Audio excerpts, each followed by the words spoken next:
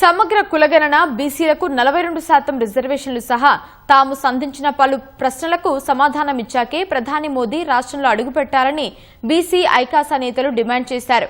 BC సంక్షేమ సంఘం జాతీయ అధ్యక్షుడు జాజుల శ్రీనివాస్ గౌడ్ ఆధ్వర్యంలో అఖిలపక్ష పార్టీల సమావేశం నిర్వహించి ప్రధానికి 10 ప్రశ్నలు సంధించారు.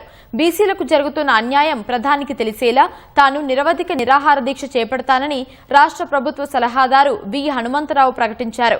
బీసీల లెక్కల కోసం తెలంగాణ ఉద్యమ తరహాలో పోరాడాలని మాజీ మంత్రి శ్రీనివాస్ గౌడ్ అన్నారు. దేశంలో కొన్ని కులాలే ఆధిపత్యం వహిస్తూ బీసీ కులాలను అణిచివేస్తున్నాయని మండలిలో ప్రతిపక్ష నేత మధుసూదనాచారి విమర్శించారు.